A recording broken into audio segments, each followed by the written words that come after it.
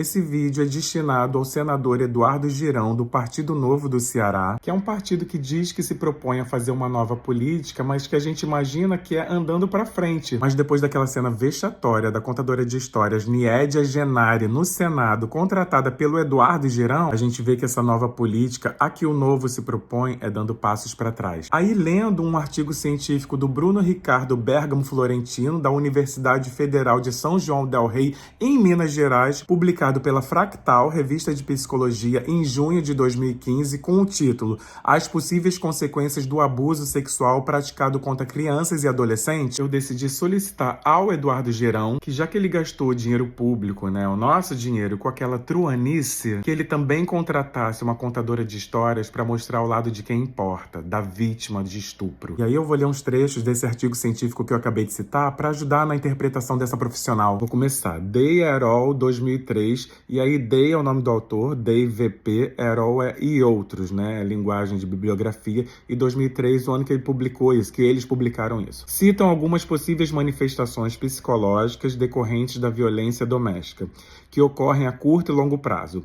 Em seu estudo, as potenciais manifestações em curto prazo são da vítima, medo do agressor e de pessoas do sexo do agressor, queixas sintomáticas, sintomas psicóticos, isolamento social e sentimentos de estigmatização, quadros fóbicos ansiosos, obsessivo-compulsivo, depressão, distúrbios do sono, aprendizagem e alimentação, sentimentos de rejeição, confusão, humilhação, vergonha e medo, secularização excessiva, como atividades masturbatórias compulsivas. Já os danos tardios podem se manifestar através de ocorrência e incidência de transtornos psiquiátricos como dissociação afetiva, pensamentos invasivos, ideação suicida e fobias mais agudas, níveis mais intensos de medo, ansiedade, depressão, raiva, culpa, isolamento e hostilidade, sensação crônica de perigo e confusão, cognição distorcida, imagens distorcidas do mundo e dificuldade de perceber a realidade, pensamento ilógico, redução na compreensão de papéis mais complexos e dificuldade para resolver problemas interpessoais, abuso de álcool e outras drogas, disfunções sexuais,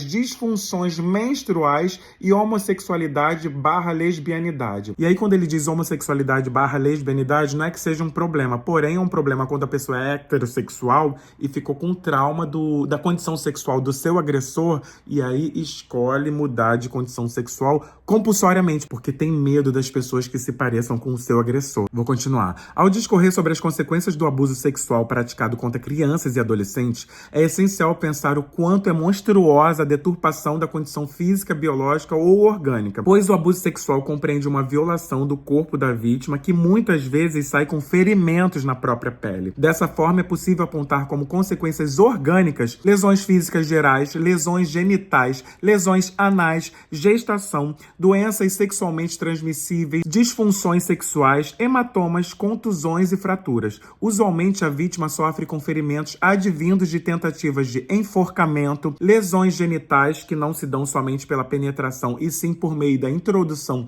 de dedos e objetos no interior da vagina das vítimas, lesões que deixam manifesto o sadismo do agressor, como queimaduras por cigarro, por exemplo, lacerações dolorosas e sangramento genital, irritação da mucosa da vagina, diversas lesões anais, tais como a laceração da mucosa anal, sangramentos e perda do controle esfincteriano em situações onde ocorre o aumento da pressão abdominal. E agora ele usa como referência outro autor, Gabel, 1997, página 67, descreve diversas queixas somáticas que são habituais após a ocorrência de abusos sexuais em crianças e adolescentes, as quais se manifestam na forma de mal-estar difuso, impressão de alterações físicas, persistência das sensações que lhe foram impingidas, enrurese e encoprese, que nada mais é do que o xixi e o cocô involuntário, sabe? Quando sai sem você querer.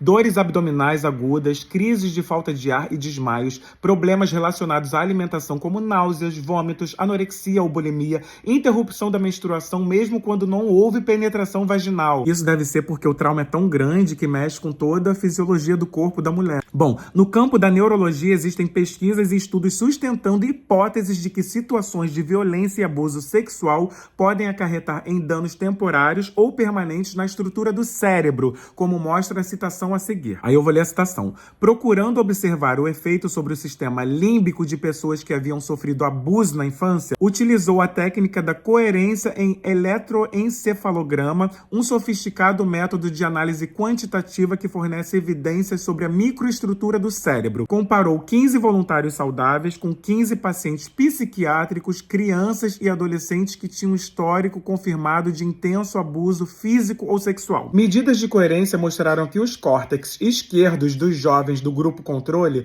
eram mais desenvolvidos que os direitos. Grupo controle é o grupo que não sofreu abuso sexual, tá?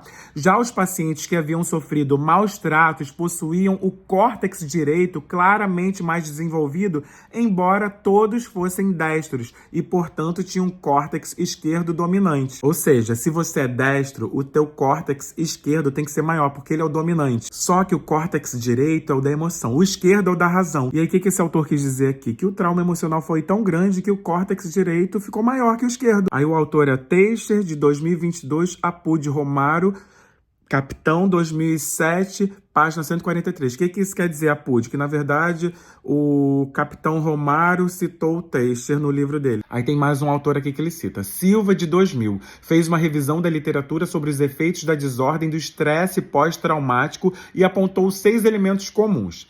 Reexperimentação de memórias intrusivas e persistentes ligadas ao trauma, exposições compulsivas a situações que lembram o trauma, impedimento incessante à exposição de situações específicas usualmente ligadas à emoção do trauma experimentado e um entorpecimento às reações emocionais de modo geral.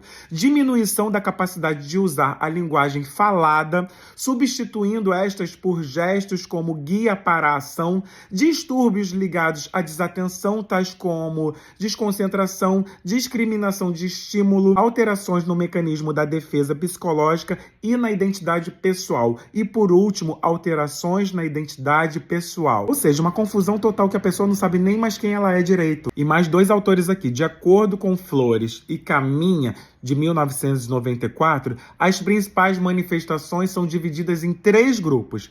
Reexperimentação dos fenômenos, lembranças intrusas, sonhos traumáticos, comportamento de reconstituição, angústia nas lembranças traumáticas, evitação psicológica, fuga de sentimentos, pensamentos, locais e situações, interesse reduzido em atividades habituais, sentimento de estar sozinho, âmbito emocional restrito, transtorno de memória, perda de habilidades já adquiridas, alteração na orientação com respeito ao futuro e estado de excitação aumentada, transtorno do sono, irritabilidade, raiva, dificuldade de concentração, hipervigilância, resposta exagerada de sobressalto e resposta autônoma a lembranças traumáticas. Tudo isso é consequência do abuso sexual a crianças e adolescentes, que além de vítimas do abusador, também são vítimas da PL 1904, que pretende criminalizá-las caso elas decidam pela interrupção da gravidez após 22 semanas. Será que o senador Eduardo Girão consegue uma contadora de história para mostrar todos esses sentimentos, todas essas consequências que um abuso sexual traz para a vida de crianças e adolescentes? Isso não é brincadeira, é um caso de saúde pública.